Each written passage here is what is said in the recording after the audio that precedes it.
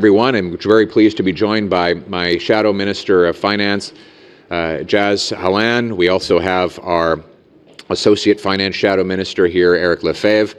Yesterday, the government tabled a Ways and Means motion with regards to 3 tax measures. Now, I'll just take a very brief trip down memory lane, not to go too far back, but of course, we Conservatives have been leading a crusade for lower taxes, to axe the carbon tax and the GST off new homes, to cut income taxes. And of course, when we proposed this, the Liberals said we were crazy, and now all of a sudden they are, at least in part, plagiarizing our policy proposals and adopting modified and watered down versions of them.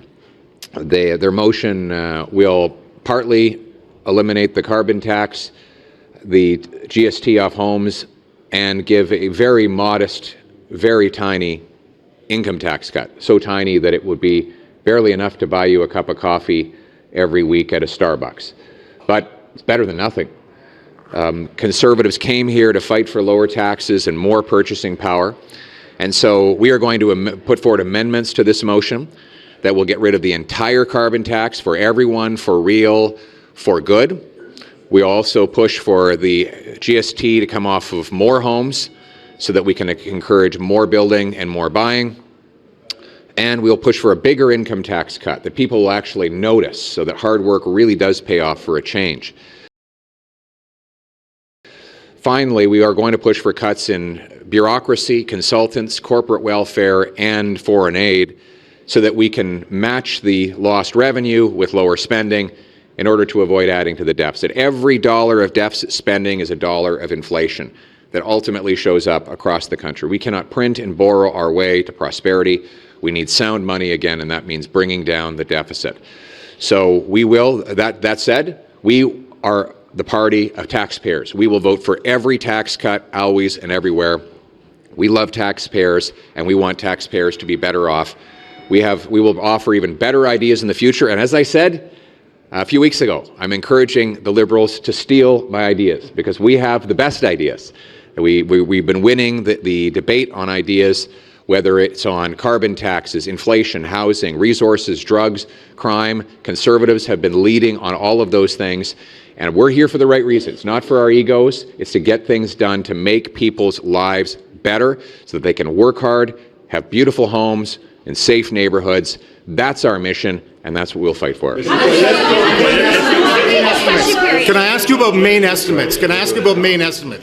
Maine estimates were also tabled yesterday, a $486 billion spending plan. We don't know how the money's going to get raised for that. I wonder if you've had a chance to review the estimates and whether or not you should vote on those before you see a budget and a fiscal framework.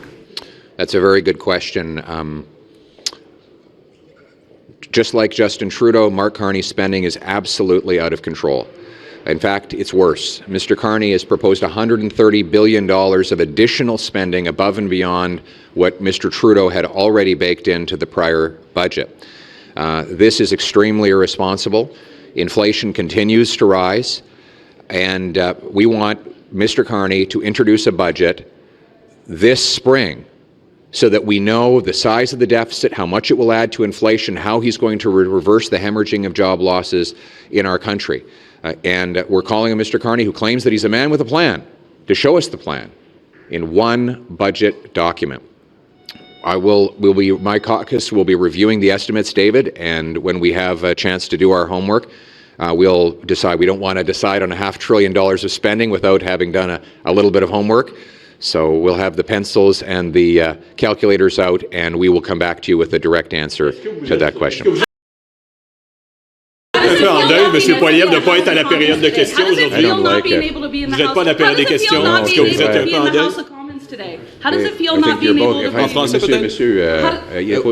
C'est la même question. I'll respond in both languages. Hey, I'd love to be in there. It's a great place. I love the House of Commons. I love the excitement and the thrill. And I've never really been a spectator of the House. So but I'm going to work hard to earn the opportunity to do it again. I consider it a great privilege that I've been able to do it for so long in the past. And I think the opposition has a great role to hold the most powerful people in the country accountable through question period. En français, j'adore la période de questions, donc évidemment, j'aimerais être là. Donc, nous aurons une occasion, si les gens de l'Alberta sont d'accord, et je vais continuer de travailler fort afin de gagner leur appui. Thank you very much. Will you have the same approach when it comes to speeding up approvals for big projects that you're taking with tax cuts? In other words, if they chip away at Bill 69 rather than repeal it entirely, would it have the Conservative support?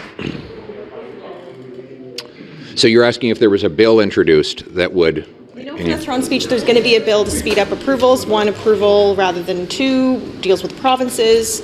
Is that something you would support in the name of speeding up projects, as you would with tax cuts?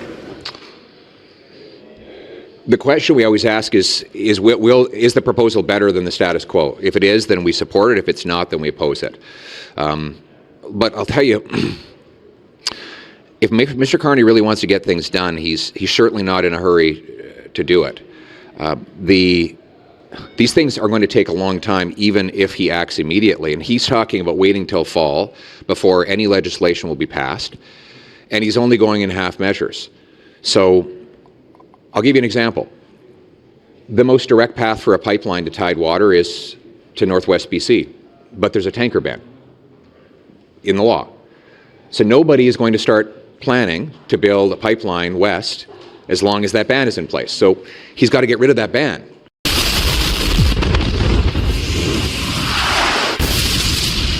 Or else we will not have a pipeline to the west coast. So where is he going to send it then? Is he going to send it up to the Arctic, to Hudson's Bay, through Quebec to New Brunswick? Well, he won't say.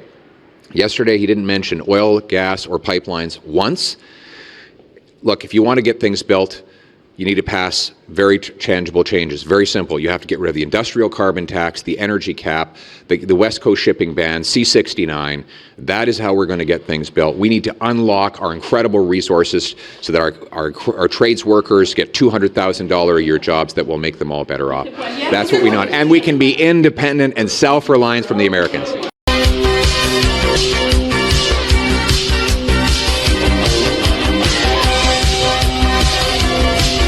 Can say that in English as well.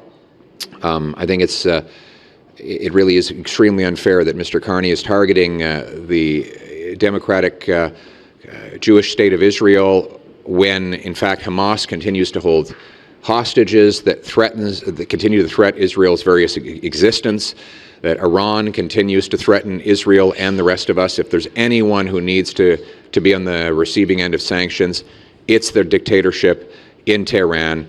And it's time for the Liberals to stop trying to score political points by attacking Israel and singling out Israel. And we need a stronger stance from this government against the rampant anti-Semitic chaos that we're seeing on our streets.